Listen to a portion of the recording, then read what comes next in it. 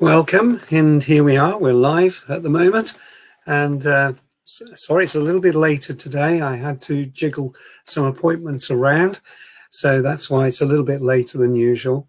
So welcome to this week's Tech Savvy number 57, and today we're looking at booking a train ticket online. You might ask, how do I manage to choose these subjects each week? Well, I would love to say there's an overarching plan, but in many ways it's done through actually listening to clients' requests, and particularly those who are not very computer literate and therefore never encountered some of the facilities that we're talking about that you might consider as standard if you're watching this, something you already know about, something you can already do. And we're looking today at booking a train ticket online. So I'm going to share my screen, and we will begin our process of doing this. Booking a ticket online is very easy to do, and I will share the whole process from beginning to end so that you, the user, can really find it helpful to you. So let's start off with Trainline. This is one of the common companies. If you type Trainline in, it will come up here on the screen. So the screen actually opens up. Any booking system is going to be a database and a form. So again, we've got a form here. So for instance, if I wanted to travel from Swindon, and I can choose that, it pops up on the city.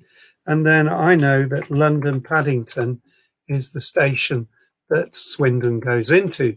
So a little bit of knowledge about the process is really important. I'm going to have a return, and I'm going to go tomorrow, which is the 5th, and I'll be leaving, roughly about 11:30. Now, coming back is the interesting one, because if I'm coming back on the same day, I will have to leave London later if I want a cheaper ticket.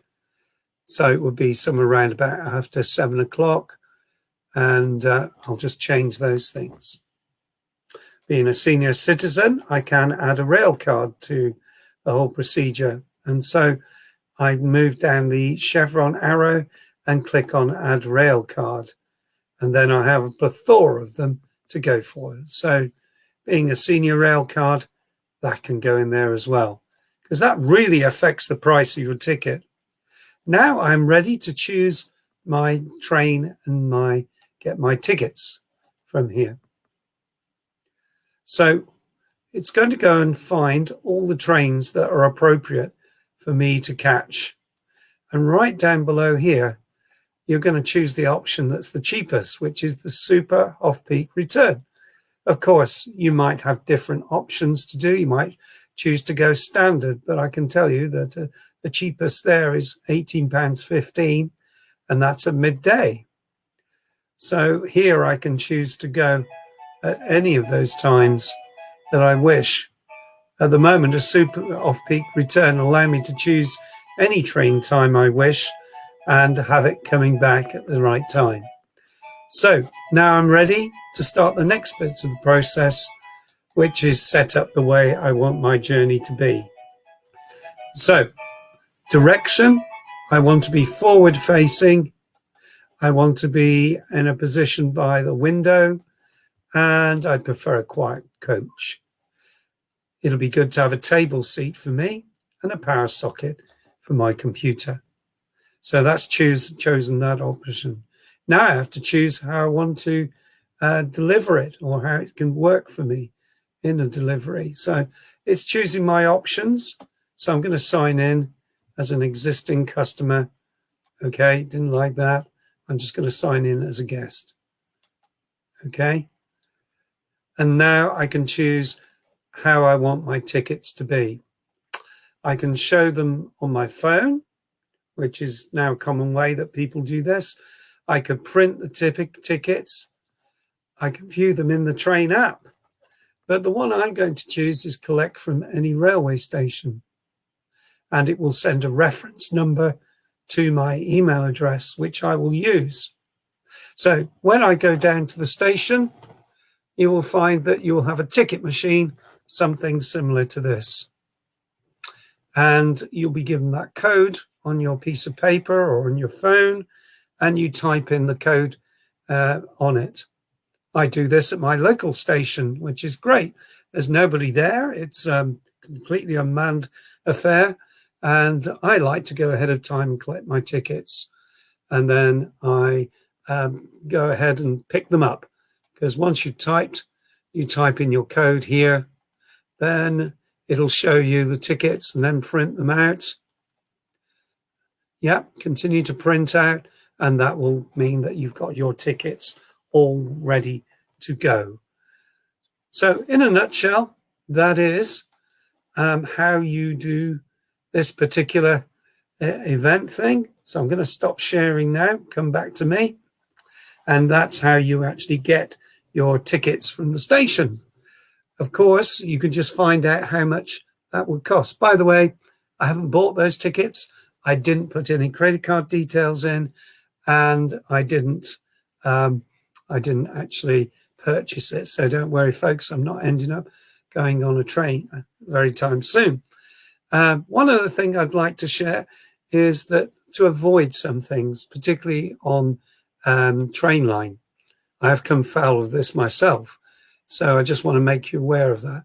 That's one reason why I chose Trainline. In that, if I went back right to the beginning again, I'll just go back to the beginning processes.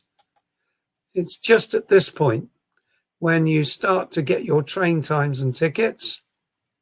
Right down at the bottom here, it has this very tempting offer, right? Or it did have on the last one. Here we go.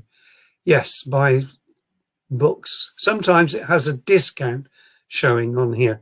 Do not click on the adverts down here, because I managed to get myself signed up for a monthly cost for a magazine that I didn't really want as a monthly cost and didn't know I was doing it. And then it suddenly started to appear on my bank account.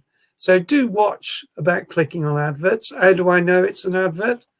Because actually it's in this little pane down here, and it will have ad written at the top. Notice it's changing. Here you go. So don't go there, is my advice. That's the last bit of the tip I was going to say to you. So thank you for watching today's session of Techsavvy. I hope that was useful and that you have great success in booking your tickets and finding your way to wherever you want to go. And it's quite simple and straightforward and reliable and trustworthy and all of these things. So take care. Do look at my other Tech Savvies, which I do every week, and you'll find them on YouTube. And you can also find them on my media tab, which I'll just put up my web address so that you can see it on here. There we are. So do look at aas123.com, click on the media tab, and you'll be able to see what other videos I do over the years. Thank you for watching. Do tune in next week to the next Tech Savvy and have a great weekend. Bye for now.